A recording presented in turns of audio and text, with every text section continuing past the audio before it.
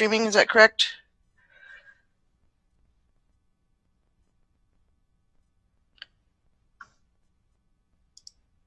Yes, he should be. Yep, we are live, Madam President. Perfect. Thank you so much. We're going to go ahead. It is 6 p.m. and call this Tuesday, May 12th, 2020 school board meeting to order. First up on the agenda is roll call, and all board members are present on video and audio. We have our flag salute, and I have asked our past president, member Star Marcette, to please do the pledge for us. Okay. I pledge allegiance to the flag of the United States of America and to the republic for which it stands, one nation under God, indivisible, in liberty and justice for all. Thank you. I'll go ahead and read our opening statement. The board is honored to acknowledge that our community resides on the traditional land of the Dena'ina people, both past and present. It is with gratitude that we honor the land itself and the people who have cared for it throughout the generations. We want to welcome you to our virtual meeting and thank you for attending and supporting the work of the Anchorage School District and this board. The mission of the Anchorage School District is educating all students for success in life. The board thanks students, parents, teachers, staff, school business partners, and the entire community for your investment in our district with your time, your talent, and your tax dollars. Next up, we have the approval of the agenda. May I get a motion to approve the agenda? I move to approve, Madam Chair. And is there a second? Thank you. Are there any modifications or amendments to the agenda by board members? Seeing none, the agenda is passed. The next item on our agenda is going to be our focus on staff, students, and the community. And at this time, I'd like to turn this over to Dr. Bishop. Thank you, Madam President. This evening, we would like to take a moment to recognize 4 individuals who have achieved National Board Certification. National Board Certification was designed to develop, retain, and recognize accomplished teachers and to generate ongoing improvements in schools nationwide. It is the most respected professional certification available in K-12 education. It actually is now pre-K, so pre-K teachers can also get board certified. It's a new program. Because we are working remotely right now and are unable to ask these individuals to say a few words about themselves, we have asked their principals and colleagues to tell you a little bit about them. Janelle Fay is currently on staff at West High School as an English teacher and technology coordinator. She has experience teaching journalism, debate, business education, and middle school social studies. Janelle is a passionate educator who strives to make every lesson engaging and relevant to her students, consistently evaluating and revising her curriculum. Students leave her class inspired to be global citizens, and she equips them with life skills to do so. She was a BP Teacher of Excellence a few years ago as well. Janelle is an essential member of the West High staff, and we are all proud of her National Board certification. Chris Hendrickson is currently a 1st and 2nd grade teacher at Chinook Elementary School in the Open Optional Program. He was actually the 2018 BP Teacher of the Year. It may look familiar to you. Chris leads with caring and kindness. He is a respected leader among the school staff and a willing resource for SEL, or social emotional learning. He supports other staff in SEL, implementation in class, and staff meetings and professional development activities. He also supports other educators during district level SEL trainings. His appointment to the National SEL Board is a testament to his dedication and professional knowledge in how critical SEL is to the school environment. In 2019, Chris took his SEL experience to the National ESSA Conference as a presenter in Kansas City. His ideas were also published in the book, Creating Social Emotional Learning Environments. His dedication and work in the Open Optional Program is highly respected by his peers and parents, and he's a valued member of the entire Chinook community. Congratulations to Chris. Erin Hamilton is on staff at Service High School. She educated and led other service counselors in developing and implementing a comprehensive framework for school counseling in her school. Her focus is to deliver a program that emphasizes improving student outcomes. For the last 3 years, Erin has worked for many hours outlining the components of a school counseling program integral to the school's academic mission. This program will have a significant positive impact on student achievement, attendance, and discipline. Because of her work, Service has become the first in ASD to be designated a recognizing American counseling program. And finally, Brenda Council. Brenda is an exemplary teacher and now counselor at Northwood Elementary School. She sees each student as an individual and wants to ensure we are doing the best for each one. She's dedicated to strong relationships with her students and families and epitomizes going above and beyond. Brenda truly cares about the profession, always being a model for other staff. ASD has many dedicated educators who have gone above and beyond to accomplish this distinguished certification in their field. Thank you for your passion and dedication to these 4 educators, as well as the many, many national board certified teachers in Anchorage School District. If the board isn't familiar, the national certification is a coveted accomplishment. It is definitely not a popularity contest. These teachers prepare lessons, answer questions, and are audited by like peers. It is a very, very rigorous program, and I'm so proud to have 4 new members in ASD. Thank you for being great. Thank you, Dr. Bishop, and congratulations to our teachers. And just it is an honor to have staff that continue to grow like that and stay right here. So thank you. Next up on the agenda is our board conference and committee reports. Just so the public that's listening in knows, we did have our board reorganization. So we have some new committee chairs. And so I will just reach out to each one of them here to give a quick update on where their next things are heading. And so I'll start with finance and board member Morissette. Yes, so finance will be meeting at before our next board meeting on the 26th from 3:30 to 4:30.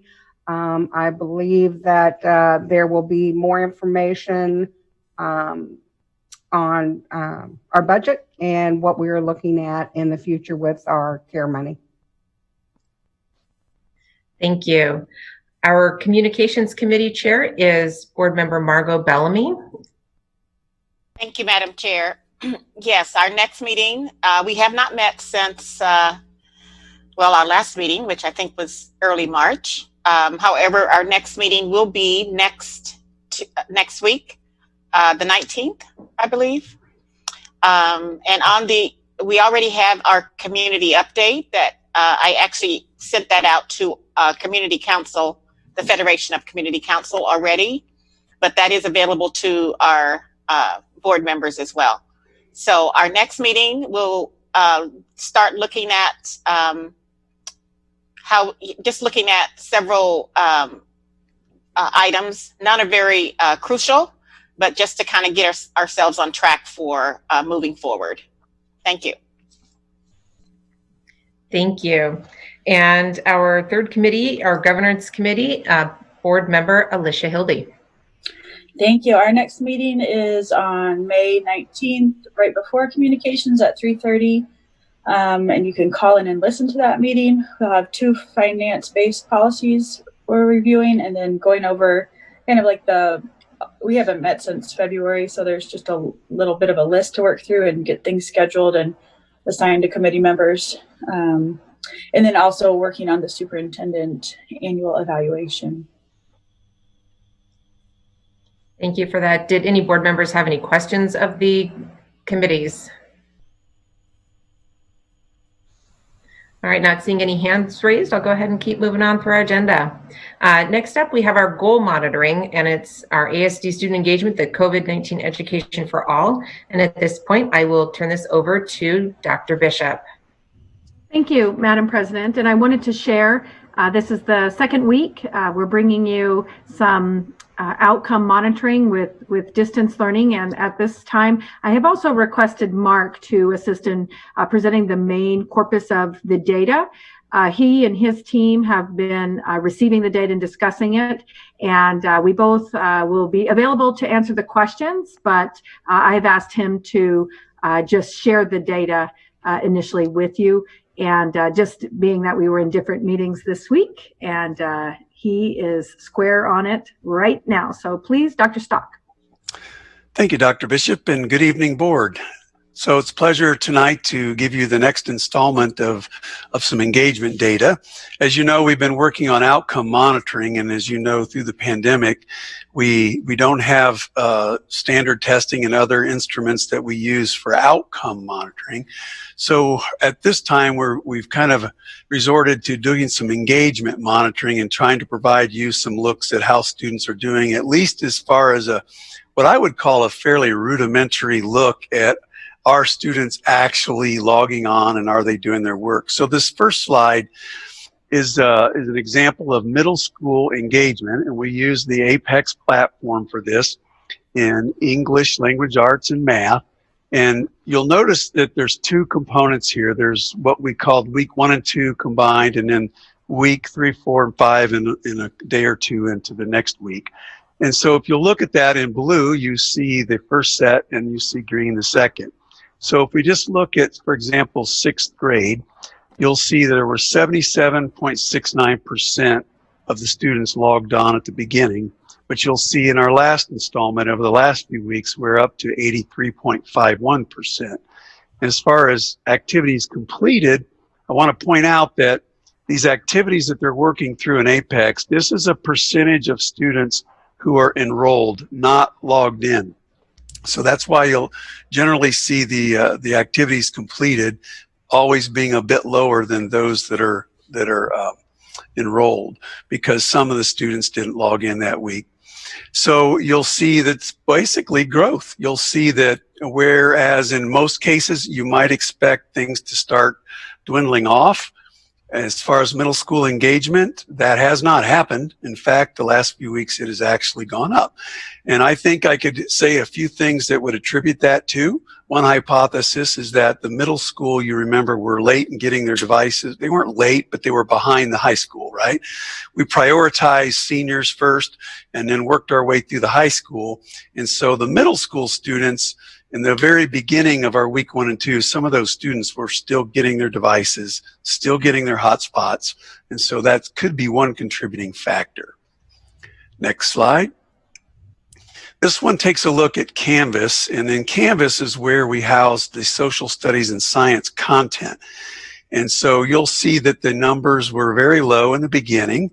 You'll see, for example, 8th grade, let's take, you'll see there were 85% logged in, 58% work submitted. But you'll see as we move over, again, you'll see nice increases in folks logging in, and you'll see work being submitted at higher levels. Now, one of the reasons why this might be lower than the Apex is that there were a number of students who were only asked to do the ELA and the math because they were behind and they really wanted them to catch up. So instead of having students trying to cover 4 subjects, there were teachers working with students in collaborative teams at the middle level trying to get kids to focus in on things that they were well behind in. So you'll see that there's less students who logged into social studies and science. Another contributing reason for this is that the students, teachers worked first on getting the ELA and math logged in and set up and all those courses running because those were our priorities. And then we began to load the social studies and science. So there was a bit of a lag there, not only in devices, but also in actually populating those course shells. So that's one of those contributing reasons. But again, nice increases, as you see. Next we have a slide. question, Mark, if we can answer the questions, and I'll pay attention to hands Okay, because I raised. can only see a few faces, so thank you. A member Hildy, please. Sorry, I'm just trying to figure out the enrollment. So I'm watching that number on the first one, at the English one, the enrollment decreased.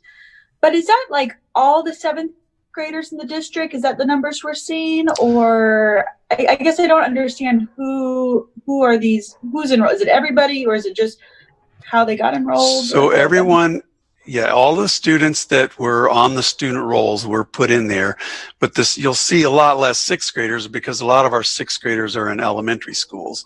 So that's the difference between sixth and seventh in terms of the numbers enrolled. And so those are just the basic enrollment numbers, and that's why the percentages can look different, because there might be a student showing up on the enrollment that was logged into all of the courses, and yet the teachers are only asking them to go in and work and log in and submit work only in ELA and math because of that was a priority. Did that answer your question? Okay. And then Board Member Mitchell also has her hand raised as well. And is it better to raise our hands electronically or physically, or both? For me, I look at the little blue hands on the right-hand side because I can't see all the board members, but I can see all the names. Okay, yeah. So I had a question. I'd raised my hand on the previous slide on the Apex, for the middle schoolers. If you could go back to that, Mark. We're there. So I the same question as Member Hildy asked. Weeks 1 and 2, we had 874 sixth graders enrolled, and as of May 11th, we had 837 sixth graders enrolled. And we see a similar, not as drastic, but from 7th grade, we had the number enrolled go from 3015 to 2999, and in 8th grade, it went from 2959 to 2946. Is that because students completed the coursework for the year? Were they considered not enrolled in those courses at that point anymore? Or did we see a bunch of 6th grade parents unenroll their kids to finish them off at home for the year? Why did the enrollment from weeks 1 and 2 drop so much as a follow-up? Madam President, to Member Mitchell, my best guess on that is that these are students who actually have not enrolled. They have actually either unenrolled and went into a different homeschool environment, or they left the state, or they unenrolled from school. So these students who also, what we did was roll over all the kids, and if this was an inappropriate placement for them because they needed more supports, they might be served in a different way and unenrolled in that particular course on APEX. So some of our students that need additional supports may have been unenrolled in this course. So it's all of the above, really. And if you'd like us to track down the names of the students difference, we can do that. But there's myriad of things. Some went to Florida Virtual, as Dr. Stocks stated. Some enrolled in a different program in ASD that was more appropriate for their continued learning. And others really just decided to be done. And for some students who do Florida Virtual, in many cases, if they didn't take it as a complete program, if they went to Alaska Learns to get their Florida Virtual, they could have stayed enrolled as a student here and yet be doing something, strictly through them, depending on what the parents wanted to do. So this next slide talks about high school engagement, and in this case, you'll see very similar, but similar gains. You'll notice some really nice numbers there that show the difference between the first go round and the second go round. And again, not quite as many because our high school students got their devices first if they were not available to have those instruments, but those came to them quickly. They got those, so you'll see that the numbers are definitely higher. And there's also more accountability at high school because of the credit-bearing classes and so on that had students engaged at a pretty quick level there. So now we move from engagement to our first look at what I would call an output. It's not really an outcome because it's not really measuring learning. It's really measuring the grades that students are getting in those cases. So what you'll see here is across the top, it says the percentage of marks earned. And I need to explain this because the percentage you see here are not students. These are marks. So for example, let's take the blue line for 9th grade 2019.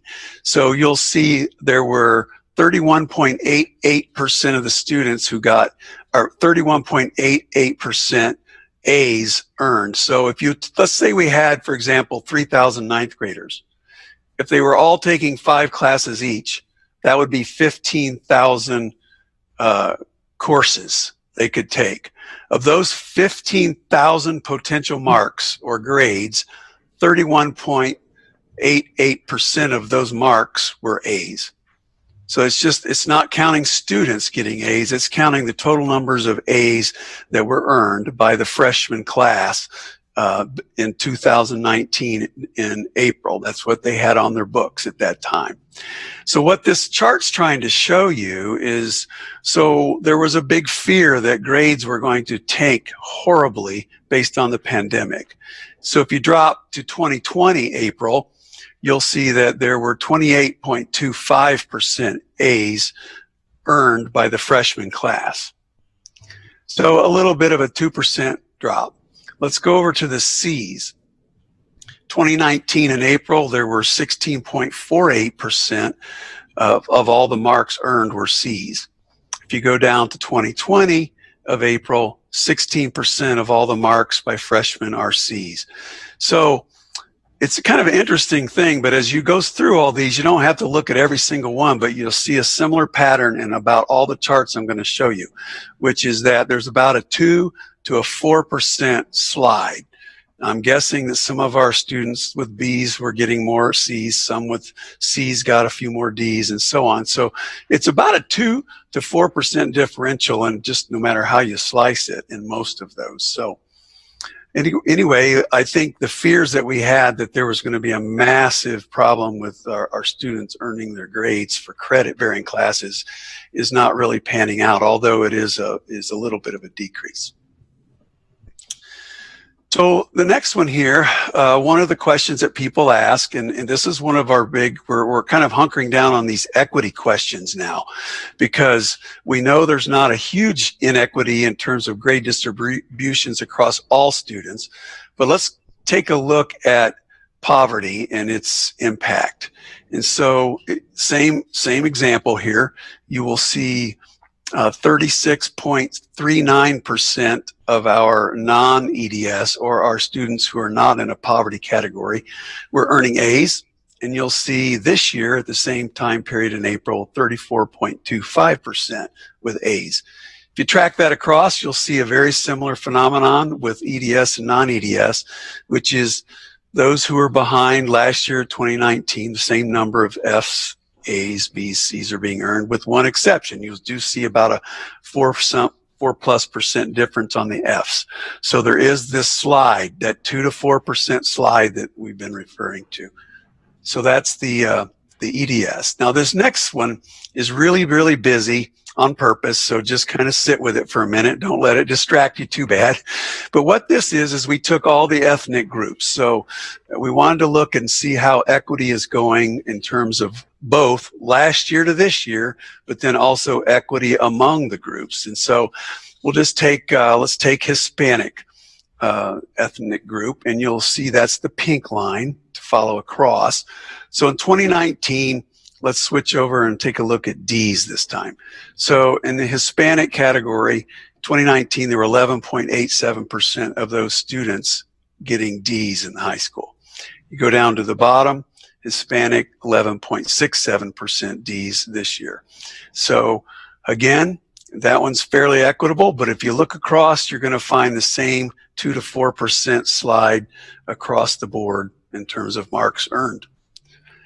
And so whatever particular group you're the most interested in, if you kind of follow the colors, you can see the same patterns. So pretty much across the board, a 2 to 4% difference as well regarding ethnic groups. So that's kind of the end. So I'll just stop with a couple of summary statements. And that is, I don't know what your expectations were with regards to the pandemic with grades. I don't know always what the community's expectations were with regard to grades, but I can say this, that some of the fears and concerns across this nation about first access, and we don't see a problem here of a huge gap in terms of access, not with equity, not with poverty, not with ethnicity. So I think some of the differences that may have existed previously last year in terms of performance still exist yet today. So it's not like there was a huge impact with that regard in terms of at least engagement and grades. Now, I guess I want to make a disclaimer. We all know that in this particular environment, we can't attribute grades directly to student learning, right? I mean, there's a difference between the grades kids may have earned in this in regards to, say, a student's reading score.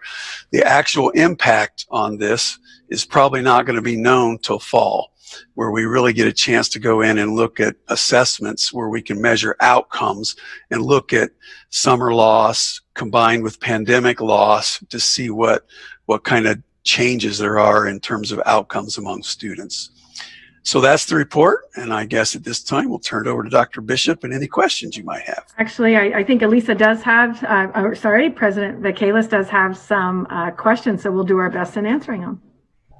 All right, the first one I have in the queue is Board Member Star Marzette. So I don't want to monopolize it, and I have a couple of questions so I can spread them out.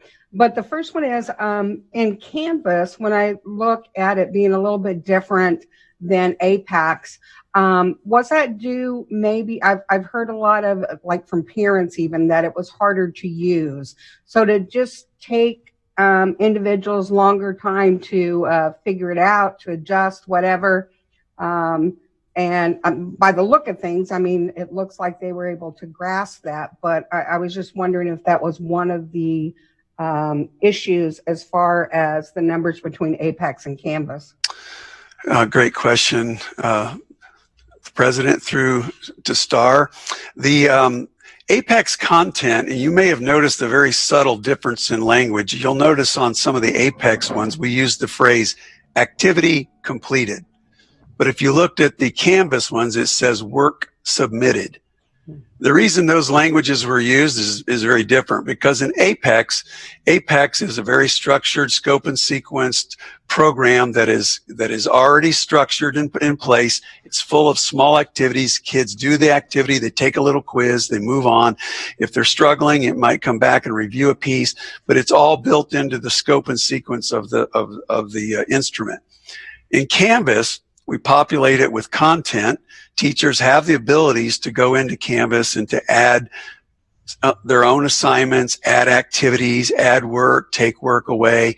So in terms of students having challenges with manipulating the content, I think there are very real differences between Apex, which is a very small base, structured, sequenced kind of a thing, which is probably, once you get the hang of it, easier to follow, versus different teachers offering different materials and curriculum and putting different things inside the course shell. And so, Dr. Bishop, if there's anything else you want to add to that, you have experience as well. Yeah, that's pretty sad. It's probably more predictable, and kids probably do figure it out. It's actually a online curriculum that's been around for 20 years, so they figured out those things where the Canvas is a more authentically created course, and sometimes kids didn't know specifically, they might have needed more help. So I don't necessarily think it's actually Canvas itself. It might just be understanding what they were supposed to do, and we'll just get better at that piece. Yes. All right, Star, I'll have you hold your next question so I can get one from Board Member Hildy. Oh, thank you. So we saw some of the groups that hadn't gotten as engaged as we'd like to see. How is it working for targeting those students for summer school, or is it the push for all kids getting into summer school? I guess what do you think that might look like, and what potential gains you might expect from the students who do that summer school? Can they make up 3 months in those 4 weeks? I don't know. Well, through the president to Member Hildy, what I could say to that is we do have our support teams really working hard to work with the families and the students. So for example, the ELL program through Director Garby, and the migrant program through Director Brown. Those folks have teams of people that are working with their populations, and they are working and trying to recruit students into summer. They're actually calling the families and working on trying to touch base and support them. So I think there's at least there is an effort to try to engage at that level and get them in there. How much work people can make up, it just depends. Later on, there may be some discussions about some of the summer options that we have, but there's some effort. The 4-week high school extension, which is pretty much what we're talking about right now, that allows 4 weeks for them to make up work if they've got still things that are hanging out there.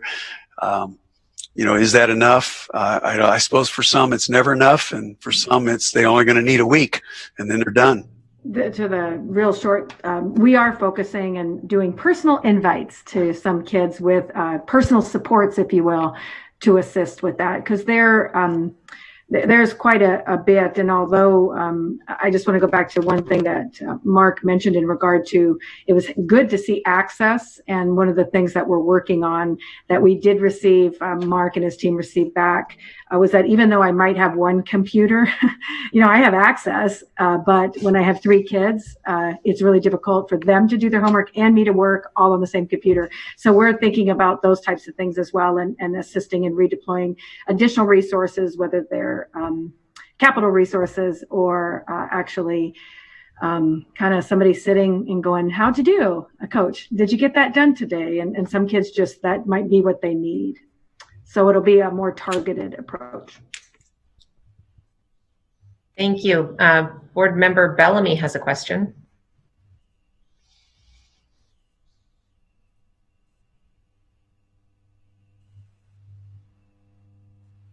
Get your mute again. And I had a good question. Anyway, thank you. So my question has to do with resource, just right where you left off, Dr. Bishop. So does every student in grades 6 through 12 who needs a computer have a computer or Chromebook, or did we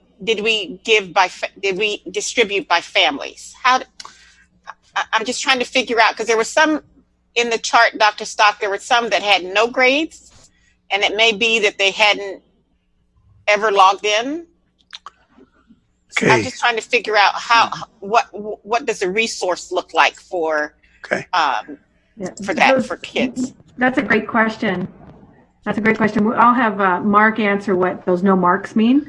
And we laughed today. It's not his mother talking. But, I've heard no Mark a lot in my life, so gave me the heebie-jeebies when I saw that.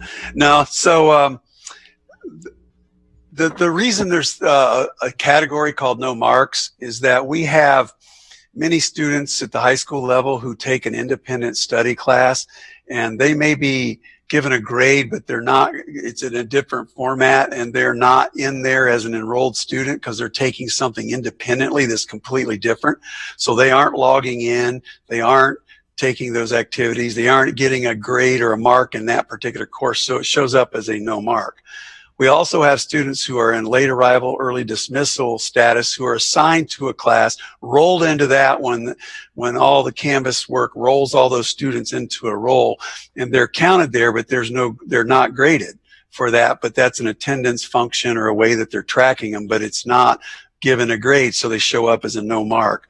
And the third category is one of teacher aides, where students in the high school who are serving as a teacher aide are populated in one of those, but they're not getting a grade for that, and they're not turning in assignments, they're not showing up there, they show up as a no mark.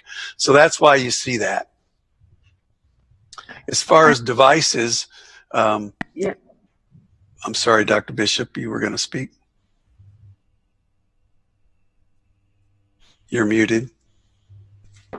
Sorry, Mike Fleckenstein is on, and he can answer that question. Good evening. Yes. So early on,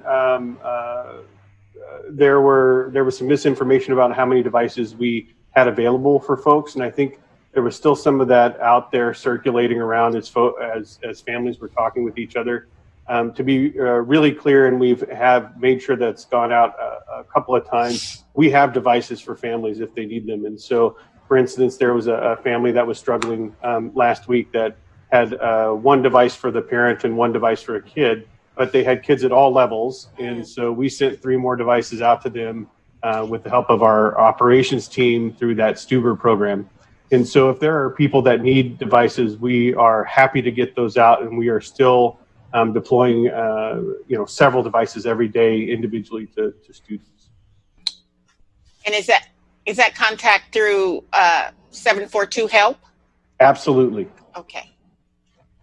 Thank you. All right, I'm going to insert a quick question, then I'm going to get back to Star, who I know has more questions as well. At the beginning of the slides, you have your far right column, which is like an activity submitted. Is that on average, and I know the programs and the individual class contents can be a little different, is that one activity submitted where they could have had 5 that were available or due that week, or what is that actually measuring? Madam President, it's just measuring just that. It's just that they submitted an activity. So it doesn't differentiate 1 versus 2 versus 3 because we don't know how many a teacher wanted assigned or didn't. So it's just trying to get a little bit closer to, okay, I logged on. Did I submit anything? And so it's a very rudimentary measure of that. That's why grades are a better measure of the actual output, but at least it's a little closer to engagement. I know you checked in, I know you submitted something, and then the grade represents, are you submitting enough to keep up with your marks? And for the most part, with a 2 to 4% slide, it looks like a number of students are keeping up, at least at the level they did last year. Thank you. Board Member Marcette?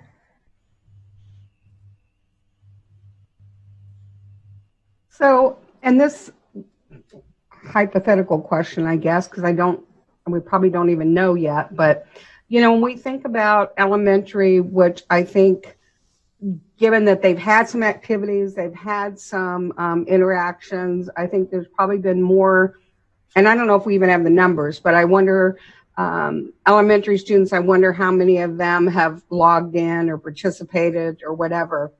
But my question is, when we talk about going back and doing assessments when the kids come back to school, part of the thing that I've been reading, especially, and Dina Mitchell has provided some information too, is those elementary grades that a lot of those kids are going to be facing, being in isolation and being separated. There's going to be some real mental health need there. And I'm just wondering, when we talk about assessments, do we do that as soon as they come in, or, are we looking at maybe giving them a couple of weeks to adjust? I mean, I don't know what the plan is. You guys might even know the plan, but I'm just wondering if you've had a chance to even think about that. Great question. Go ahead. And we really are focused, even at this time, on SEL and taking care of students.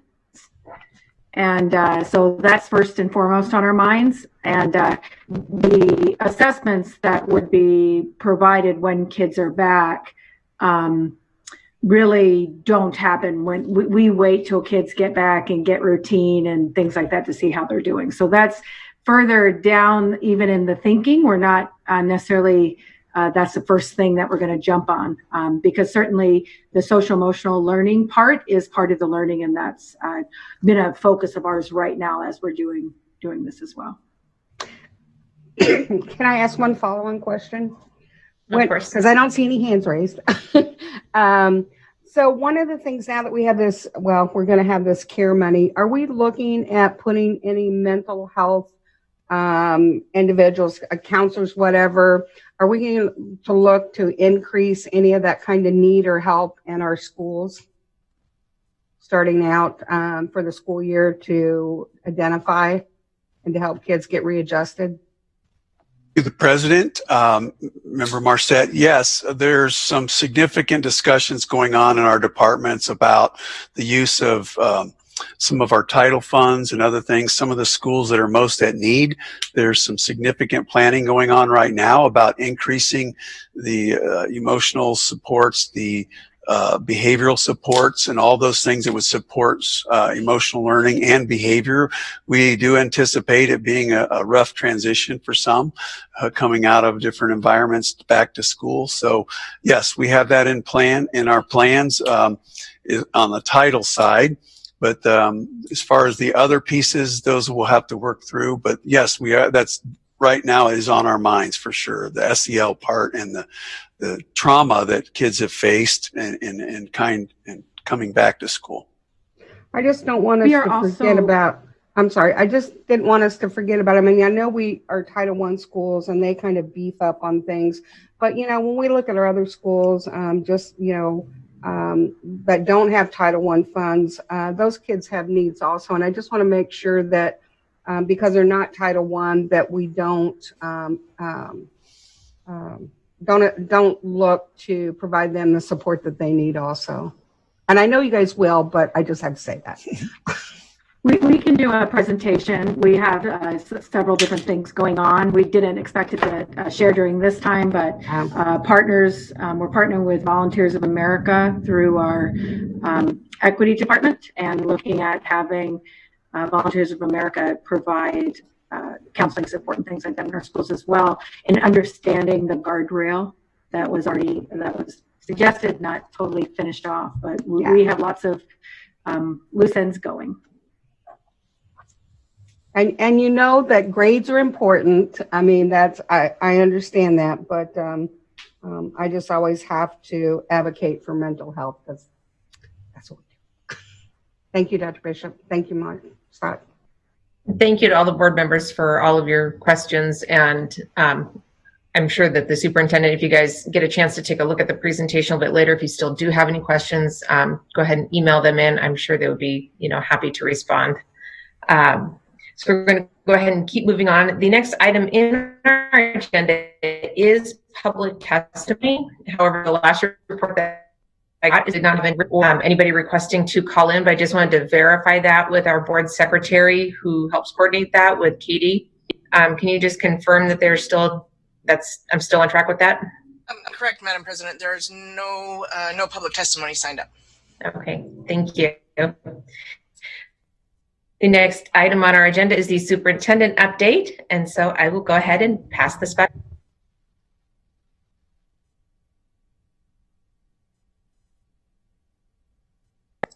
All right, thank you.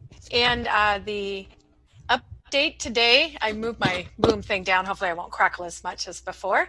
We have quite a bit of pieces of information for you that had been requested at prior board meetings, and as well as new information that we'd like to share with you moving forward. And with that, I'm going to start with just the bond update. There was a request in regard to just having some information and understanding the voter turnout and the voter, feelings towards this and disposition of our recently successful bond. I'll turn that over to Alan Brown. Thank you. Good evening, Madam Chair, ladies and gentlemen of the board. I'm Alan Brown. I'm the Director of Communications at ASD. We commissioned a survey at the beginning of May through a local research company, Hayes Research, and they surveyed a total of 1,049 election voters for this last election. And our objective was kind of threefold. And we wanted to get a sense of sort of voter reasoning on how they voted. We wanted to gauge voters' attitudes towards the bond package as a whole, the different components on it.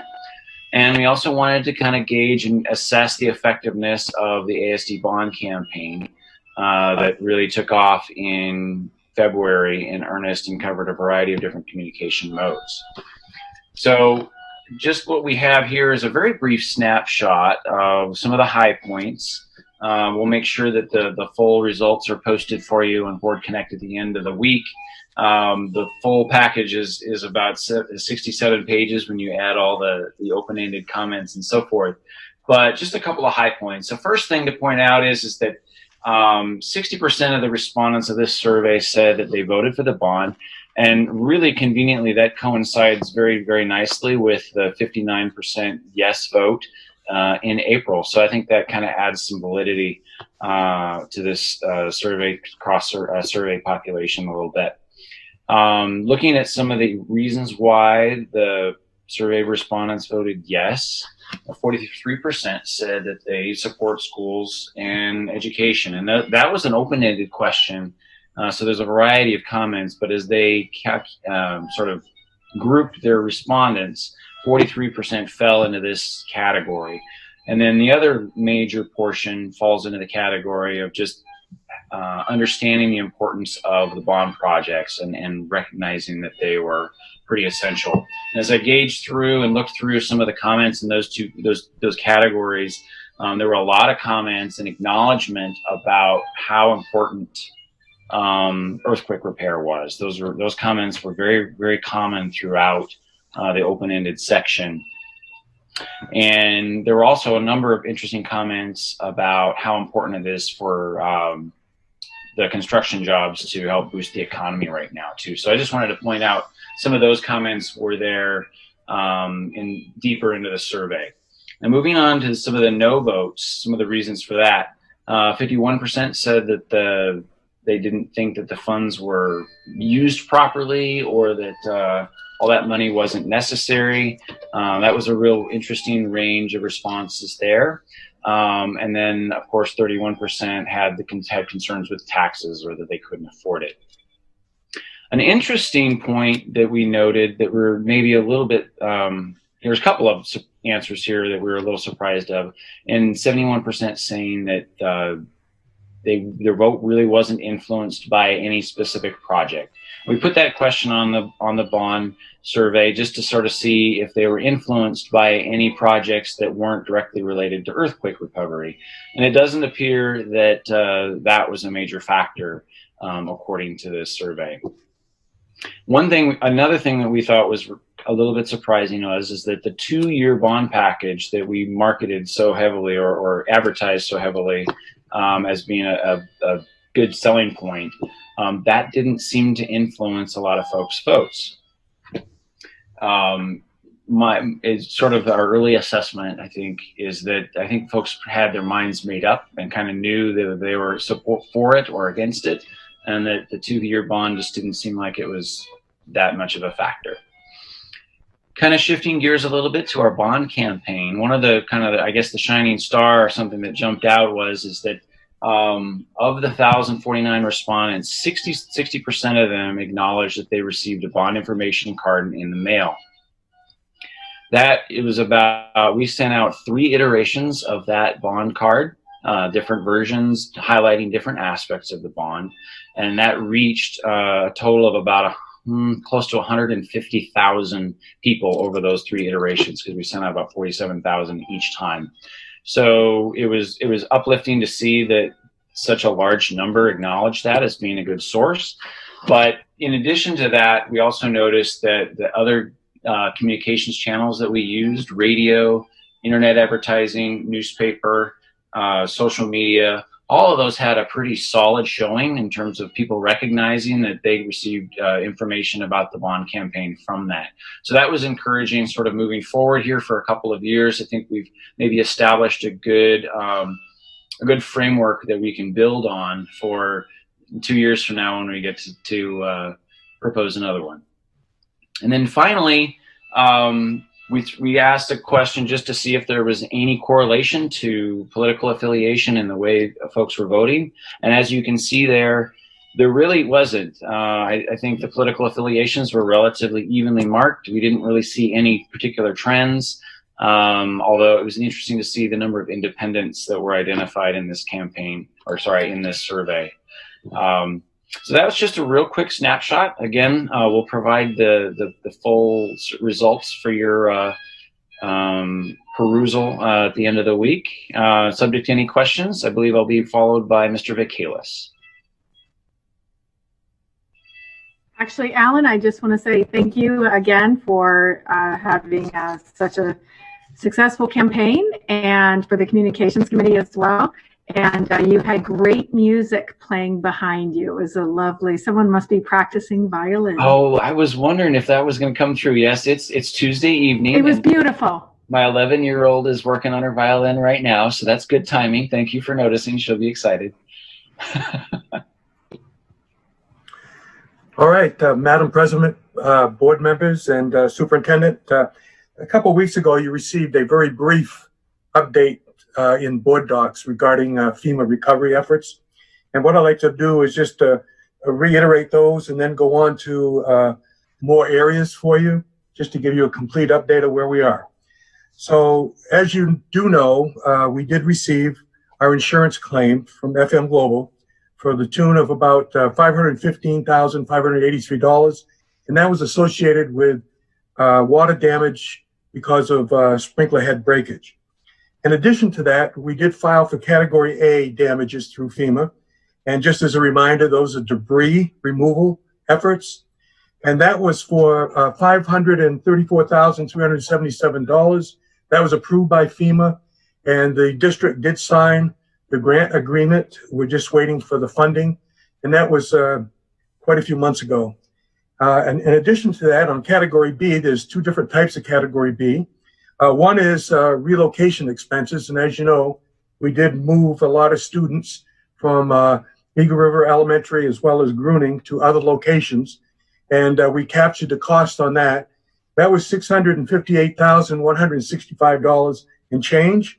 FEMA did approve that, and the district did sign off on the obligation document, but the funds have not been received yet. In addition to that, there's also a Category B, Category B protective measures. As you know, there was an awful lot of protective measures the district had to take from the time of the incident, the earthquake, until we got kids back into school to make the schools safe and also to protect the assets themselves, the schools. We captured the cost for that. That was $5,141,608. In addition to that, the district did file for that. And because of the dollar amount, and the more you actually file for, the longer it takes. And in this particular case, this has been in the hopper now for about 3.5 months, waiting a final determination on it.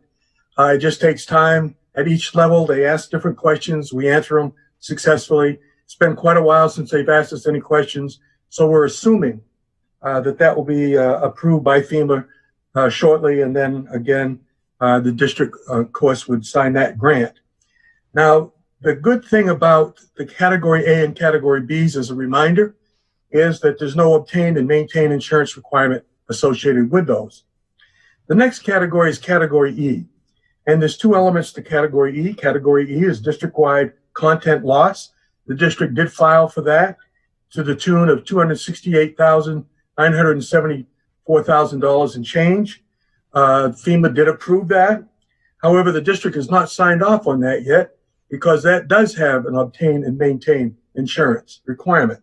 And until that is resolved, the district will not be signing off on that particular grant obligation. In addition to that particular Category E, there's also the large Category E, which was facilities. We have 90 facilities that were damaged to the tune of $54,176,233. We are in the process of accounting for all of that. And one of the issues with a Category E of this nature, since you have 90 different projects, schools, you have multiple steps. And so once one step is done for one school, it goes all the way through the process, gets approved, comes back, then you take the next step. So if you can imagine taking about 5 or 6 steps that has to go all the way through the process, come back before you can enter into the next step for 90 schools, you can imagine it takes quite a while. So just about every one of the schools is in some point in that process right now. Now, I kept mentioning about the obtain and maintain insurance requirements.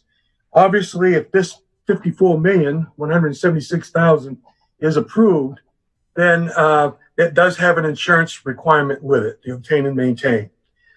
So in talking about insurance quotes, in that brief synopsis that was sent in board docs, I did mention in there that we did receive quotes. As you remember, we've been months and months trying to get quotes. The first iteration, we had very few folks that actually provided quotes. They were non-bindable quotes, the 4 that did provide, and then there was a bunch that declined to apply or give us any quotes. So we asked our brokers to go back again, because in order to show due diligence to try to get a waiver, we have to prove that we did everything we possibly could to get and obtain quotes. So for the next go around, what I'd asked them to do was give quotes on a 5%, 10%, 15, 20, and 25% deductible. The reason for that was twofold. One was to hopefully enhance competition amongst insurance companies so that they would participate in at least giving us some quotes. The second reason was to give us more information on which to make a decision at some point about whether we should obtain insurance or not. And again, an awful lot of that depends on a waiver. One of the things that's interesting about the quotes that we received is that the one that gave us a bindable quote for the closest amount, and by the way, there were 17 declinations, and there was 5 that actually quoted. 2 of the 5 were non-bindable quotes. 2 of them were bindable. And then the one big one that we got from Lloyd's of London was for 50 million. We'd requested 55 million, but they would only insure us for 50 million. So just to let you know, in general terms, what that would cost, at a 5% deductible for $50 million, that would basically be $5 million a year. So as you can see, in 10 years, you start losing money because you've already captured the money you got from FEMA, and then you start losing. If you looked at the 25% deductible for $50 million, that's $4,450,000 a year. Again, not much difference between the $5 million and the $450,000. And in 11.23 years, you basically would start losing money because you'd have paid the $50 million in total. So that brings to the next step, waivers. The district has submitted a waiver. Now that we've received all of this information, I think it was a real good effort, an awful lot of meat in it, a lot of examples, a lot of attachments, proving the point.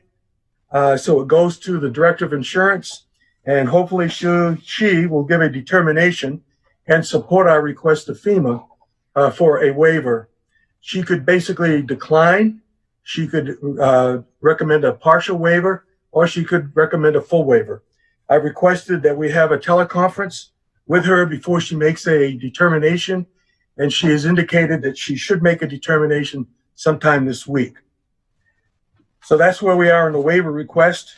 The other item that I'd like to bring you up to speed on is that we have applied for a 404 grant, which is a state-managed grant program, and there's no strings attached to it other than your normal grant requirements, but there is no obtain and maintain insurance. We submitted 5 grants requests, and we've been, even though we have not been told officially, 2 of our grant requests, 2 of our projects have come in relatively high in the scoring. So it depends on how much money they have available to put towards it, would basically determine how much, whether they'd get down and fund some of our grants. But if they don't, if they only fund 1 or 2, then we can submit those again during the next grant period. So that pretty much covers that, except for we do have a number of grants that we're working with FEMA on right now. Those are 406 grants. And the unfortunate thing about a 406 grant, it also has an obtain and maintain insurance requirement. Again, if we can get a waiver, then we'd also request that we apply that waiver to these particular grants. And there's about 5 different projects that we've got for that. So that concludes the FEMA update regarding the earthquake. The only other thing that I'd like to mention real quick is the pandemic. So as a result of the pandemic, some costs are eligible for reimbursement through FEMA. The unfortunate or fortunate thing, depending on how you look at it, is that you can not supplant other federal monies that have basically also been dedicated to pandemic recovery efforts, such as the CARES program. Within the CARES program, if you look at the definition and some of the things that's covered, you'll see that an awful lot of our expenditures fall under those categories. But what we don't know, of course, is what we don't know. We don't know how long this will last, and we don't know what the final numbers will look like as far as what our costs are. We know that we've racked up quite a few costs, especially in an awful lot of the equipment and stuff that we have provided to hospitals, first responders, and also to the EOC of the city and the health department. So we're just a wait and see. We are capturing all of the expenses that are capturable, and then we'll make a determination when it's closer to the end to figure out if we want to apply or not. That concludes my briefing. All right. Thank you, George. And for the board, we can also get that into writing the different categories and things like that, just to have a summary. It was, I know, difficult to follow without a slide to review. But quite a bit of information and quite a bit has happened, and it's a success to finally get the insurance information. And now George and his team are set to work with the city to go get that waiver. So it's a big move. Thank you, George. The next item is just an update on graduation. And of course, Kirsten Johnson and her team work diligently with schools and parents and kids and communications. Of course, Alan Brown was a key member with his team for the celebration, and totally acknowledging that we cannot redo what we've always done, but wanted to make it special. And Dr. Johnson and Alan have turned out this TV and radio schedule. So it is posted online. It's also on our app. This is in addition to the participation of the board as well as others to do the drive up graduations to get their items this week and next. But this is just the highlights that we're working with local radio and TV stations to really make it special. The next slide is really the iHeartRadio, and they're going to highlight a different school. What they have planned is the top 20 kids, having the kids read their graduation speeches. Really, really fun, dynamic all day long. They're going to talk about the kids and plug that into their station. So we're very, very thankful for our local partners and wanted to share that publicly, that's on our website. So we hopefully have the whole city celebrating our graduates. Just a little snapshot of some of the things that are on social media as well with the Spark account that they've designed. These are Bartlett kids in Bartlett and Middle College, and just has some information about them that we're pushing out, just what makes these kids, and again, at graduation, we do mini awards or have awards nights, have mini speeches, longer speeches. We're trying to recreate those just in another way. So this is just a mind's eye for you to see, as well as the public to see some of the amazing things that kids do and have done. This one is service highs. So a picture of the students in their regalia, as well as their senior pictures usually they do in a slideshow at awards night, but we're incorporating both of those. And moving on to the next topic is, it was brought up in our work session about what can we do about the summer slide. Additionally, in Dr. Stock's presentation on the outcomes monitoring, or really which would be kind of a monitoring of online learning and engagement right now, the best that we can. The team designed many summer learning opportunities, and some are very targeted with invites to specific kids. But the goal is really to minimize the summer slide that actually with our work session was called a 6-month slide, which is essentially that. We know that all grade levels, it's evidenced that when kids leave school and for the summer that they do have a regression, all kids do. And that is demonstrated through their fall assessments the next year. And then we catch them up and keep moving forward. It's especially critical, interestingly enough, in high school when seniors don't take math a senior year. That is highly critical when they get freshman year in college, they struggle in math. So we know that keeping the mind engaged is beneficial. Hence, we've really set out a robust summer school. The items that you're going to see here are the distance summer school options. And we are hoping that when we can get into smaller groups back in school in August timeline, that we would look to a face-to-face kind of a boot camp option, a reading boot camp, or a fast start, some of them are called, just to get our most needy kids that really need that additional support early on to be successful the first day of school. And these summer opportunities will be self-directed in the core subjects, and they are free to all students. Some students will get this postcard on the front. The other look of the postcard is the same information, but the back really goes into more detail and then also has a QR code that they can find additional information. And the back then spells out the high school, middle school, and elementary school options. And what we were really trying to stress to our parents is it really is we want this to fit with your summer school. So some of these might be duplicated, they might be redundant, but that is a good thing that if you want to do something online, but also have a paper pencil packet, that is okay. When you go on your trip in your camper or around the campfire or, just in the middle of the day or at breakfast, have a seat and sit down and do this one thing for me to have parents engage with their children. Very, very nicely, we have a few comments from the parents who have been using the paper and packet pencil packets, and they're really happy about them. We liken them to those big fat books that you can buy. I think they're on sale at Costco now about what to know in this grade level. And they really have content as well as games and activities and crossword puzzles just to keep that mind active. And that's what we really want to have happen with our kiddos. Again, we are reaching out through Tidal and Migrant Ed and Indian Ed and all of those sometimes student groups that struggle a little bit to get caught up and might need a little additional supports. We're going to be there to help them. And we're rolling that out just so to be able to do that. But if kids just want to get ahead, which they do, many kids like to take courses and get ahead so they can free up their schedules. We're doing that as well. We are going to become very comfortable with blended online learning, having it happen at home, moving it into school, having it at home in moving into our new year. And speaking of our new year, I'll just talk about that a little bit. There's been some interest in, oh my goodness, what is this going to look like? And we certainly want to be prepared, and we are preparing. Again, we've said from the beginning that we prepare for the worst, but hope for the best.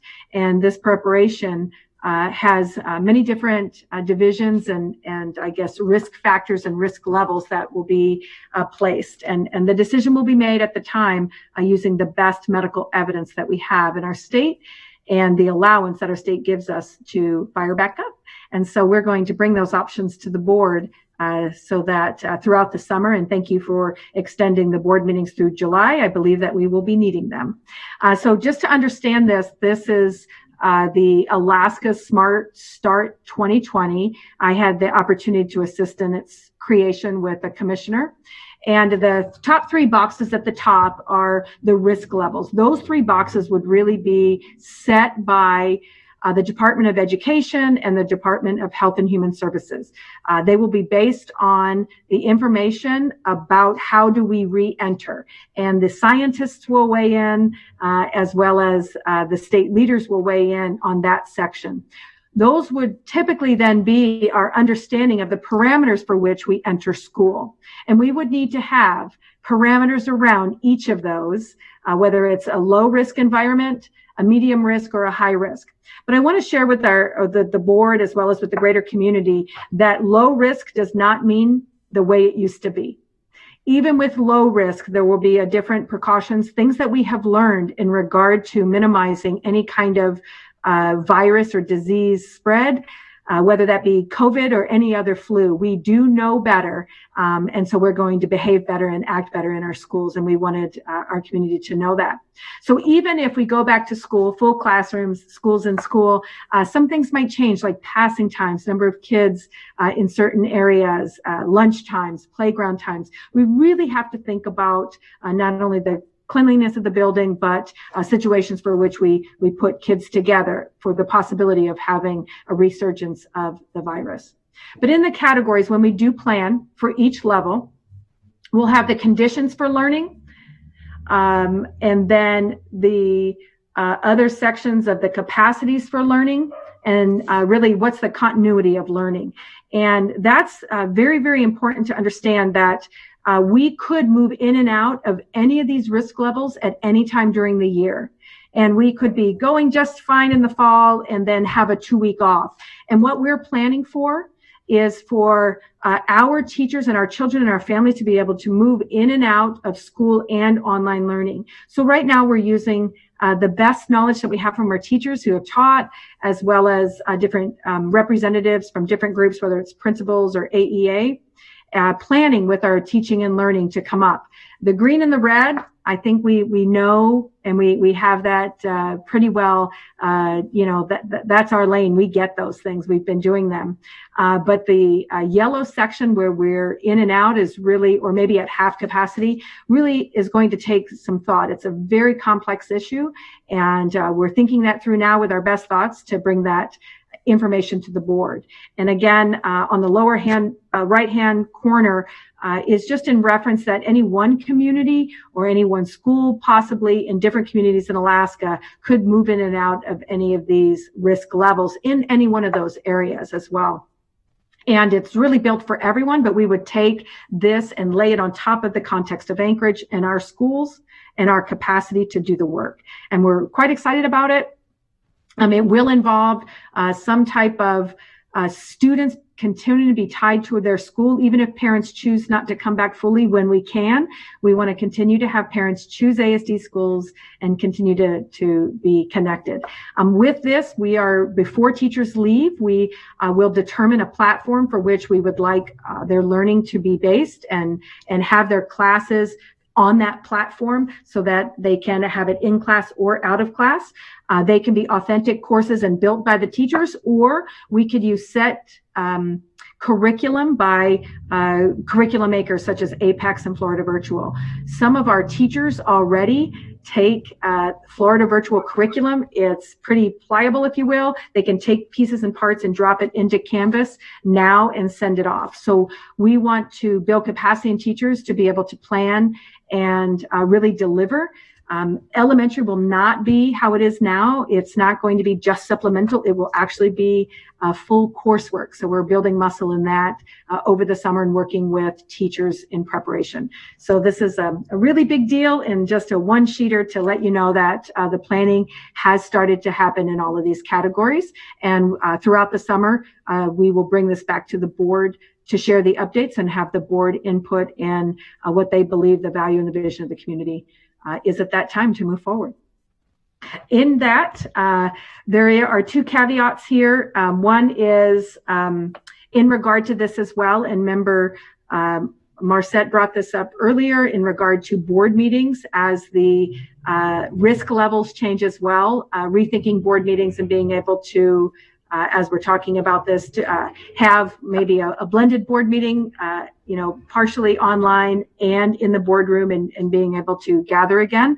We'll be working on that with the board. And then finally, the board did receive an email today from someone in charge of voting at West High School. And we have worked through the commissioner to be able to, our first day is August 16th, which just so happens to be the primary day where people would come into our schools, the general public. We want to be able to ensure the safety of everyone and our kids when they come to us, that it's clean and as best as we can get it with no outside really influences. So we do have permission to count August 16th. And this again depends on would we be in school or out of school anyway, but as an in-service day or a teacher work day, and kids can start on the 19th if and when if that is a low risk time and we're able to get in the school. So I wanted to share that with the board. We did receive confirmation on that late last week, and we will bring that proposal to you to ensure that our voters are safe when they go to a specific spot, but that because the primary will be done in person, and that we would request that school actually start on August 19th. If it's in building. If it's not, time really doesn't matter because it's online. So those are other two updates, and I just want to leave you with a request as well in regard to teacher appreciation. It was a great week. We finished up. Thank you. We supported the board administration supported our teachers and our community with a small meal ticket to purchase a meal, and that was with funds that for services that had to be canceled because we weren't in school through their in-services. So we really invested in our community as well as the people who are making learning happen right now. And so we'll just flip through this, just different ideas, although there are many different ways to celebrate. It's usually big celebrations in school. We had some signs, free coffee for teachers at different coffee spots. Staff and PTA delivered items to teachers' doors, actually put placards outside their windows about being the best teacher. So we hope that our teachers felt supported while they're home educating kids, and then our parents as well, because our parents are partners in education with our students. So we did a large social media campaign as well. In closing, I just wanted to share just another appreciation. This is not a teacher, but Miss Knight has been with ASD for 47 years, and she is celebrating her retirement. So we wanted to highlight Joyce Knight from Gladys Woods this evening and thank her for her service to children in ASD for 47 years. So thank you. Madam President, that concludes my board report. Thank you, Dr. Bishop. I do see one hand raised. Board Member Hildy. Thank you. I just had a question about the paper packets. I know that it's a small percentage of students who don't have access to the internet, but I've heard from parents that they have the paper packets, but they don't have the ability to coach their child through it or even know if the answer is right, like to be able to grade it, especially at some of the little bit higher level, not maybe primary, but intermediate and early middle school. So going forward through the summer, that's going to be like 6 months with no feedback. I don't know if there's plans for the summer. I saw the paper and pencil packet, but that kid won't have any feedback if they don't have internet access, those kids. Mm-hmm. So I'm just wondering. Yeah. So we, the new packets that are being mailed out actually do have the answer keys with them. So we're doing that, and it's whether they choose to or not have the packet. But we're also planning for follow-up, especially for very specific support when parents want that support to follow up and calls throughout the summer to check on kids. So I have to see which program kids are being placed into or entered into, their parent choice. But we did do the packets with the answer keys in them this time. Yeah, and it's going to be a very small packet first, and then if they desire more, it'll be a request, that notebook or that piece of card notebook that there'll be a placard card, if you will, that'll be sent, and they have to send it back if they request more, if they want to do more, or call our help number. So I'll give that feedback, and I'm sure they thought about that because there is a lot of like once a week calls in, but I wasn't sure which system and which program it was in. But we have that geared up through Lexia. As well for once a week calls to just check in and say, hey, how are you doing? We're also looking into, and haven't really settled on anything, some kind of incentive program for kids that if you do this, you can earn something, and especially for our little ones that kind of see it at a library, a reading packet to see if we can do that. So those are some of the things that are still in the works with the teams putting these forward. And that's a great question. I'll follow up with that in the Board Connect this week. But there is a song that if you have just a couple of minutes, a student or teacher appreciation, sing a song to teachers. And if you like, we do have that now, and you could maybe take a break and stretch and listen to this lovely song that a student did for teachers. Would that be all right? Sure, go for it. A couple minutes, okay.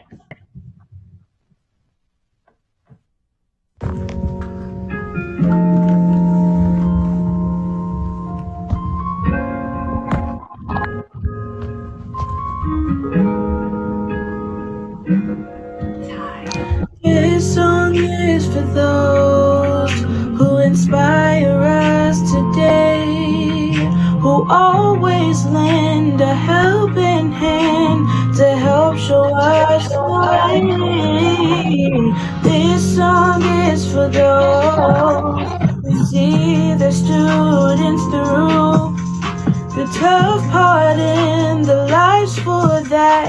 We say thank you.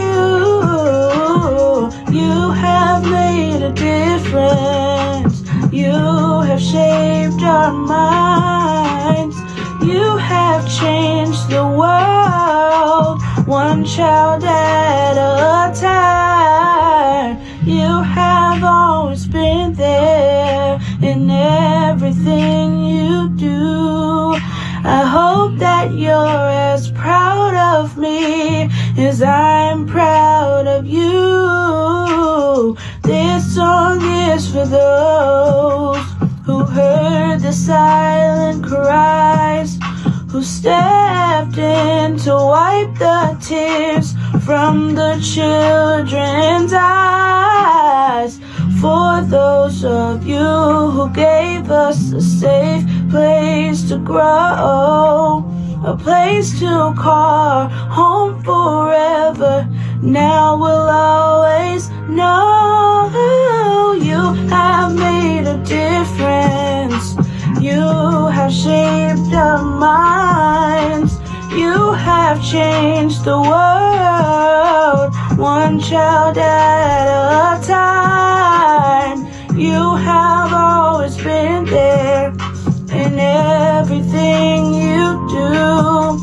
I hope that you're as proud of me as I am proud of you.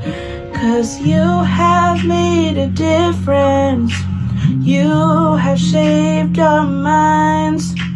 You have changed the world, one child at a time. You have always been there in everything you do. I hope that you're as proud of me as I am proud of you, proud of you.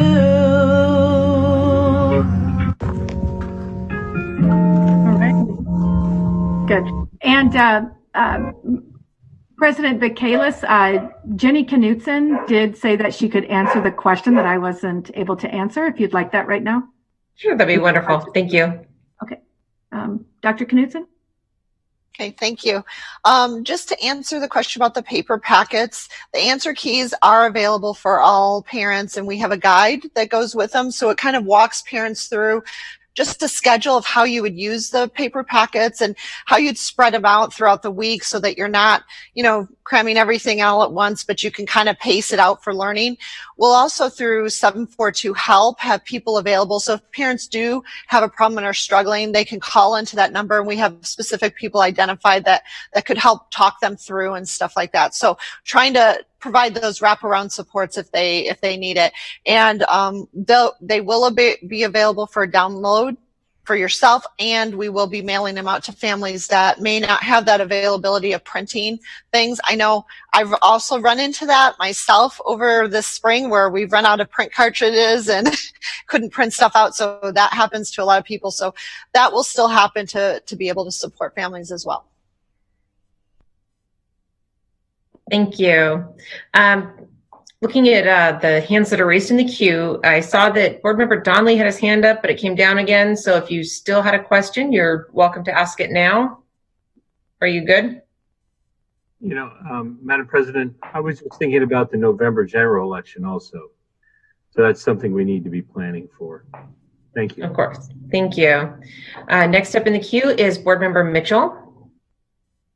Yeah, I just wanted to confirm, are the summer school opportunities going to be compressed into a 4-week period, or are they able to extend it over a longer period? And I assume that since we can't do face-to-face, behind every online opportunity is a live teacher who can support that student? Yes, that's a great question. For high school, the first option, which is just the continuation of this quarter, is only to June 30th. So that would end, but all other options do extend for longer periods of time.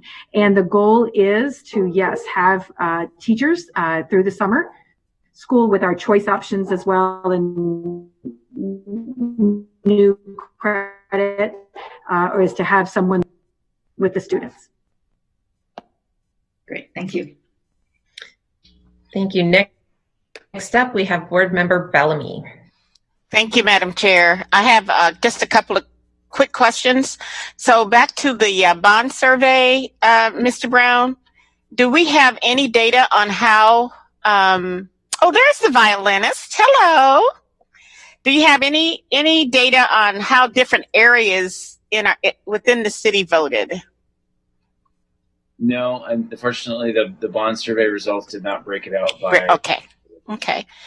And then, Dr. Bishop, my next question has to do with groups in the city who might want to donate towards summer school or food, or do they still go through the 742 number, or is there, how are we doing that? I mean, I get calls about that often. That would be the best place, because all coordination about all ASD is going to be funneled through that to give it to the right place. So that's great, and we would be happy to work with partners. That's wonderful.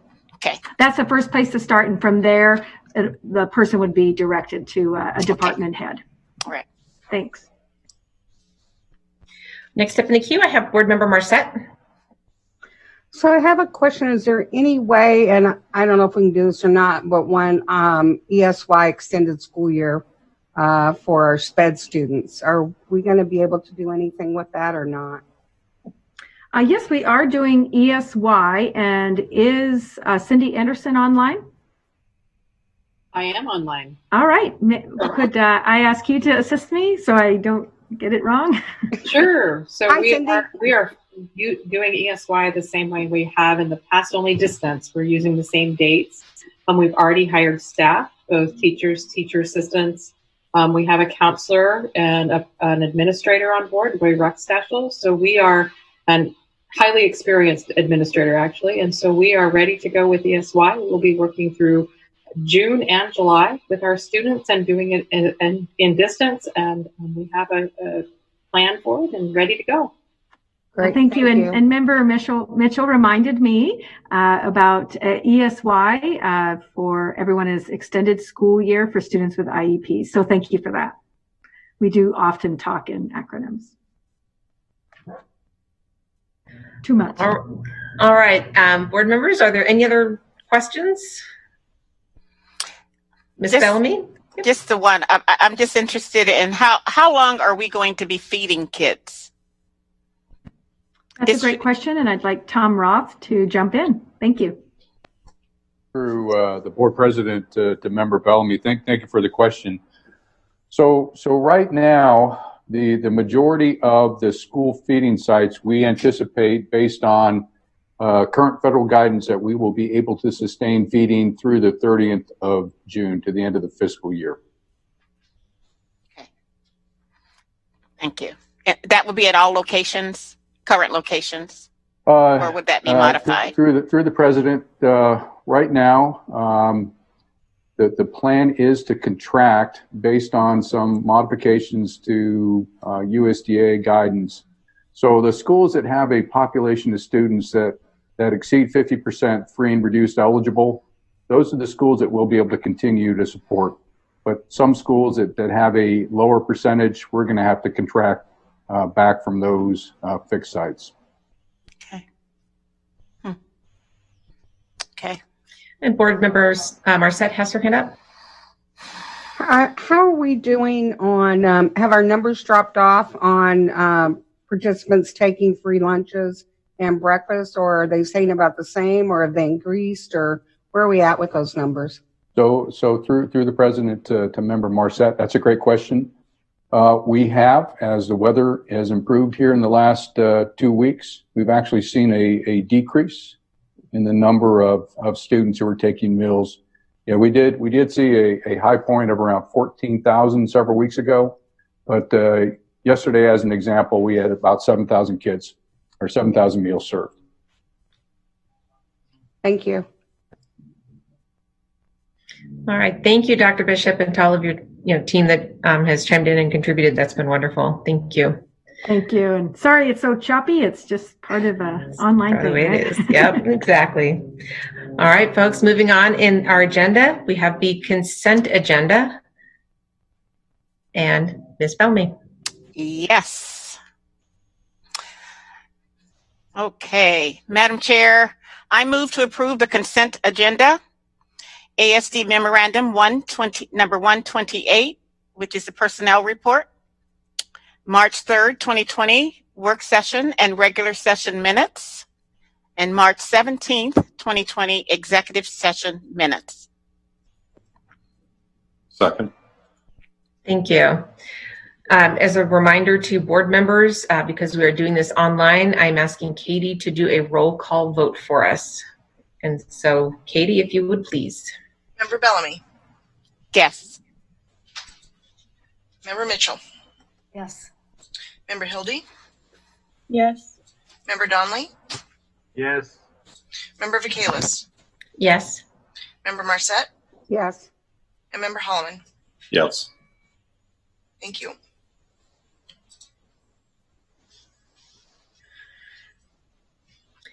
And the consent agenda passes with 7 yeas and 0 nays. Moving on to the action items. We do not have any public testimony that I am aware of. If Katie, you could confirm that for me. That is correct, President Kalis. All right, so Vice President Bellamy. Yes, Madam Chair. I move to approve ASD Memorandum 119 and authorize the superintendent to relinquish a portion of undeveloped land and amend the district's lease with JBear, as described by the draft U.S. Department of Veteran Affairs Parcel Transition Agreement Memorandum and Attachments. Second. Thank you. Are there any board member questions on ASD Memorandum 119? Yes. Board Member Marset? Sorry, I couldn't raise my hand quick enough. One of the questions I have with this development, and I'm not sure, I'm assuming that it's on the side of Bartlett School that they're going to be building the addition. Is there going to be I know right now there's not a fence between the facility and the high school, but do you know if there'll be a fence built, being that they're going to be providing more mental health services? So through the board president to Member Marset, I'm going to ask Mr. George Vacalis to respond to some of the specific details of the agreement. I don't know the specific answer to that question concerning a fence. So yes, if I may, through the president. So what the agreement really does, it allows for a parking lot on that parcel of land, because the Veterans Administration is going to add on to their current building on the other side of Zucker Street. And as you know, Zucker separates the Bartlett High School properties from the VA. So what this is that front piece of property that's all wooded right now. And so it's going to be a parking lot to be able to handle the additional staff parking as a result of the wing addition that's going to be added to the building itself on the other side of the road. The agreement calls for a treed buffer between Bartlett and the parking lot. It also calls for adequate drainage so that no drainage goes onto school property. It drains out into the drainage ditch. And it also calls for the district to basically be responsible for the road that leaves the Bartlett parking lot, the rear parking lot, and goes out to Zucker. Because as you know, that's where the buses travel. So the district wanted to maintain responsibility of that so that we could keep it plowed, et cetera, and not have any incursions on it to hamper our movement. So I think overall, it's not a bad thing at all for the VA, but it doesn't impact the district either. Does that answer your questions? Well, it does. I think my concern is being that they are going to be providing more mental health services, and not a reflection on the military at all. It's just a precaution for our students. And I know that there have been several incidents at the VA clinic with patients. And so to me, it raises a concern for the safety of our students. And I was just wondering if we were going to put a fence along there. Well, right now, the agreement doesn't call for it. Okay. But, you know, if that's a big concern, that's certainly something we could try to negotiate. But my understanding right now is that it's primarily going to be staff parking there. And so the folks that will basically be going to the VA facilities themselves will be parking in those other parking lots. That's my understanding as of right now. Yeah. I'm not saying we need to do that. I'm just raising the concern, and I'm sure you guys will take a look at that. Thank you. I saw Board Member Mitchell's hand up. I don't know if you still have a question or if it got answered.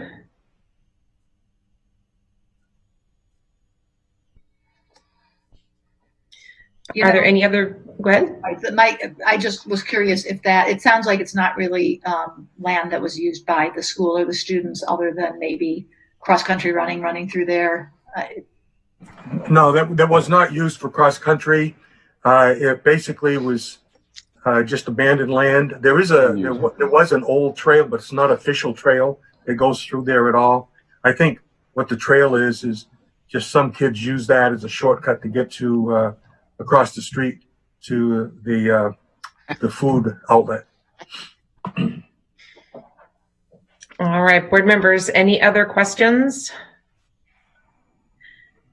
Not seeing any, I'm going to ask for a roll call vote on ASD Memorandum 119. Member Donnelly. Yes. Member Hildy. Yes. Member Mitchell. Yes. Member Bellamy. Yes. President Michaelis. Yes. Member Marset. Yes. And Member Holloman. Yes.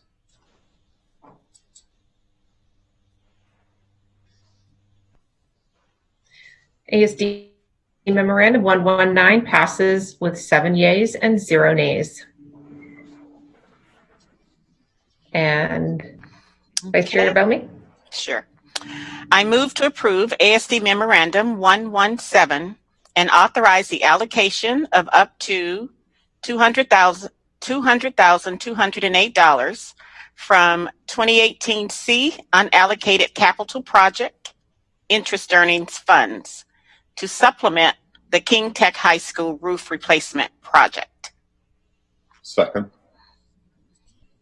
Thank you. Do any board members have any questions? Yes. Member Marset. So my question is, if we received 4.1 million that was allocated for this project, and now we're going to take interest earnings to add to this project, has the cost come in higher than the 4.1 million? Through the president to Member Marset, I can answer that. The project is actually coming in under budget. As most of the board is aware, when we propose and then a bond passes, we have estimated costs for the projects. We don't sell the entire bond all at once. We only sell enough to cover the next about 18 months of what we expect to be coming in billing. When we sell a bond, we take that money in initially because we haven't received bills yet from the contractors. We put it in an investment account. So every single bond sale has its own investment account. So what we did is, knowing this project, frankly, is coming under budget, we knew we had $200,280 in interest earned. It was easier to take that money and put it towards one project than to split it across multiple projects. And so that's really all it is. Not that, as Dr. Bishop says, we like to keep clean books. We do, but sometimes it's easier to take all of the interest earnings, one pot, one project, and then zero it out. Okay, so that was the interest earned off of the bond itself. The bond sale, the piece of the 2017 bond that we sold in 2018, that's the interest over 2 years. Okay, thank you. Any other board member questions? Not seeing any, I'm going to call for a roll call vote on ASD Memorandum number 117. Member Holloman. Yes. Member Marset. Yes. President Michaelis. Yes. Member Donnelly. Yes. Member Hildy. Yes. Member Mitchell. Yes. And Member Bellamy. Yes.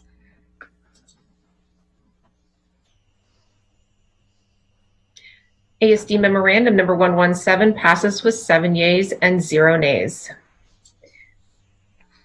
I move to approve ASD Memorandum 110110 and authorize the superintendent to award a contract for the Chugach High School track repairs project to Little Susitna Construction Company Incorporated for a total award amount of $586,868. The total contract award includes the base bid amount of $546,868 and additive alternative number 1 in the amount of $40,000. Second. Thank you. Do any board members have any questions on ASD Memorandum 110? Not seeing or hearing any, I'm going to call for a roll call vote on ASD Memo 110. Member Hildy. Yes. Member Mitchell. Yes. Member Bellamy. Yes. Member Marset. Yes. Member Holloman. Yes. President Michaelis. Yes. And Member Donnelly. Yes.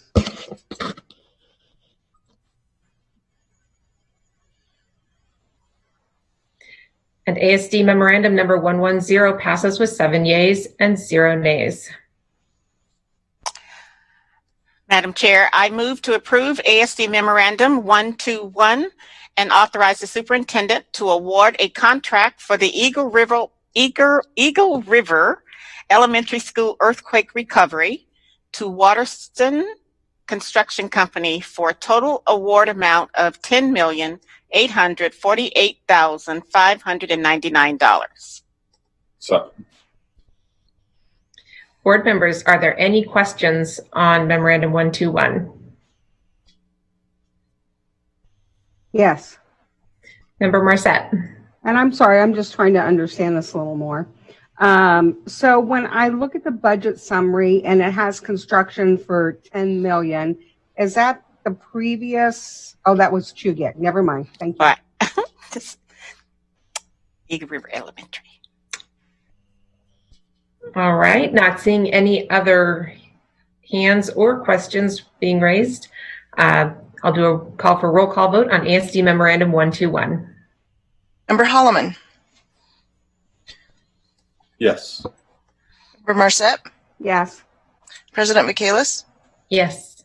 Member Donnelly. Yes. Member Bellamy. Yes. Member Mitchell. Yes. Member Hildy. Yes. Thank you.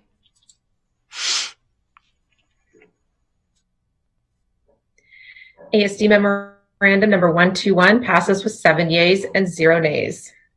Glad to see that coming along. Madam Chair, I move to approve ASD Memorandum 127 and adopt a resolution supporting additional federal education funding for our nation's public schools. Second. Thank you. Are there any board member questions on ASD Memorandum 127? Board Member Mitchell? I just would like to say that I very much appreciate that this specifies that federal funds should be given to public schools. Mm-hmm. I agree. All right, not seeing any other hands raised or people chiming in. I will call for a roll call vote on ASD Memorandum number 127. Member Bellamy. Yes. Member Holloman. Yes. Member Mitchell. Yes. Member Marset. Yes. President Michaelis. Yes. Member Hildy. Yes. Member Donnelly. Yes.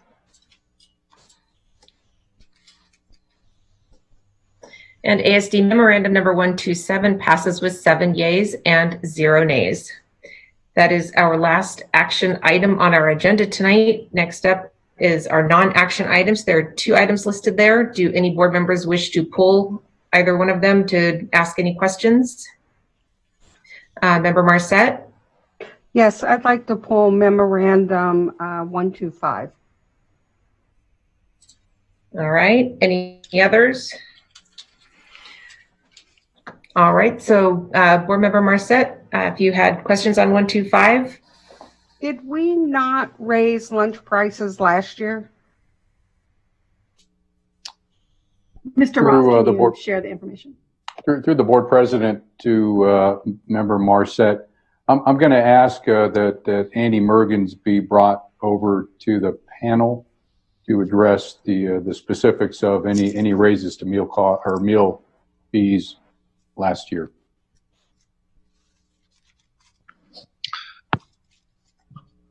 I'm on. Yep, I can see you, Andy. Yep. Hey, Andy. So through the board president, to answer Member Marset's question, yes, we did raise prices last year. We raised them by 25%, or by 25 cents rather. And this year's plan is to raise them by another 25 cents. And can you, I'm sure I know the rationale, but can you provide that? Yeah, basically what we're doing is, in order to keep pace with the cost of labor and supplies, we're raising the price on a yearly basis in order to, again, to keep up keep up with the costs and the increase to labor and food supplies, and also to maintain what's known as paid lunch equity, which is the difference between what the federal government reimburses us for free meals and what a paid student would pay, to try to keep those as close to the same as possible. And if I might, through the president, just to add, so this is really, it's based on what is a state paid lunch equity assessment, again, based on the USDA formula to maintain that gap. And we have seen in student nutrition, fairly significant cost increases year to year. Yeah, I understand that. I'm just looking at this, and it's, for a student, it's $17 a week. It's $68 a month. So, I mean, that's a lot of money, I guess, for me, for families that either don't apply or pay or whatever. But I understand the reasoning. Thank you. Board Member Mitchell, I see your hand raised. So just to clarify, I have a question and then I have a clarification. So Mr. Roth, you're saying that this is something we have to do. And my question is, when we raised the price this year, did we see paid lunch purchases going down? Because I would think there is some price sensitivity here. Through the board president to Member Mitchell, I guess I'd have to defer to Andy on any decrease. I would offer my own observation is that the price increase did not result in a significant decrease in the number of paid meals.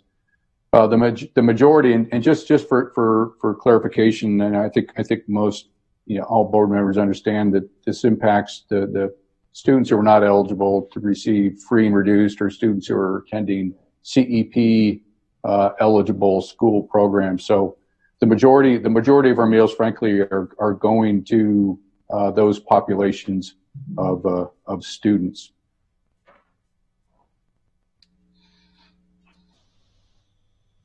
And I just want to confirm, did I answer your question? Well, I guess you said there's a federal equity requirement, so that when the reimbursement increases, we also have to increase the amount. So that's a federal requirement. We don't have any choice here. We are obligated. I mean, there is some discretion that's given. It doesn't. You're not required to increase an equal amount every year to compensate for the difference in costs. But again, with student nutrition, they draw from another fund source, and if they're not able to stay solvent, then the impact is on generally comes back to the general fund to make up the balance, the difference for over cost to their operation. So that's really what's driving this. It's not to make a profit It's to keep student nutrition solvent so we're not pulling monies from the general fund. Yes, I'd just like to follow up on that. So to your question, they're actually, it isn't that you must, it's in order to keep it in the black. The alternative would be to be, put about, I believe, close to $200,000 from the general fund into the food service fund. Thank you. I see Board Member Marcette has her hand up.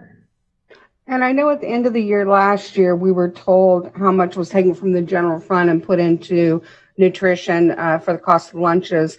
Do we know what that, it's going to be less, I'm assuming, because we haven't had students in school, not counting the lunches that we've been given out, but just while students were in school. Do we have that number? The cost? The unpaid meal prices. Right. So I'm going to defer to Andy Mergens. I'm not sure, Andy, if you've got that data available. I don't have the specific data on hand. There is a line item in the budget that goes forward that draws roughly $100,000 a year out of the general fund to pay for the unpaid meal balances. Those are the balances that students who are not on a free status and are paying for their meals accrue when they don't actually pay for the meals. A lot of that, the current balance on that account right now, I'm not sure. We can put that in the Board Connect. Or even when it goes up as an action item, that'd be fine too.